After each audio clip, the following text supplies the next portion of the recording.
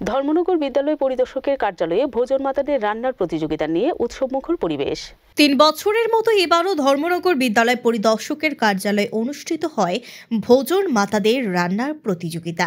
এই প্রতিযোগিতার মূল লক্ষ্য মিড ডে মিলের মনোন্নয়ন এবং শিক্ষার্থীদের খাবারের গুণগত মান নিশ্চিত করা।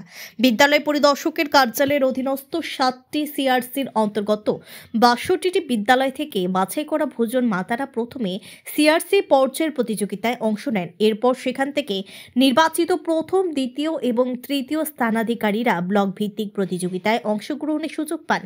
আজকের প্রতিযোগিতায় কালাছড়া ব্লকের 5টি সিআরসি থেকে 15 জন ভোজন মাতা এবং মিউনিসিপাল কাউন্সিলের 2টি সিআরসি থেকে 6 জন ভোজন মাতা, মোট 21 জন প্রতিযোগী উপস্থিত ছিলেন। ধর্মনগর বিদ্যালয় পরিদর্শকের কার্যালয়ের হলঘর ছিল এই প্রতিযোগিতার মূল কেন্দ্র। এই প্রতিযোগিতার মূল উদ্দেশ্য হল ভোজন মাতাদের দক্ষতা যাচাই করা এবং মিড ডে মিলের খাবার শিক্ষার্থীদের জন্য আরও মানসম্পন্ন ও সুস্বাদু করা। ব্লক স্তরে আজকের প্রতিযোগিতায় বিজয়ী 3 জন জেলাভিত্তিক প্রতিযোগিতায় অংশ নেন।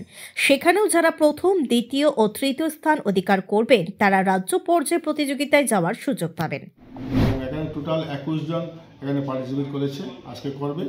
তো তাদের মধ্যে যে রান্নার গুণগত মান কীরকম আছে, প্রত্যেকটা স্কুলে মিড ডে মিল কী রান্নার গুণগত মান কীরকম আছে তার যাচাই করা এবং সেই সঙ্গে তাদের রান্নার প্রতি যাতে ইন্টারেস্ট বাড়ে, প্রত্যেক কুক কাম হেল্পার যাতে নিজের ছেলে মেয়ে মনে করে স্কুলে রান্নাবান্না করে রান্নার কোয়ালিটি যাতে ভালো হয় সেই দিকটাকে বিচার করেই আমাদের এই কম্পিটিশন, প্রত্যেক বছরই কম্পিটিশন হয়ে থাকে।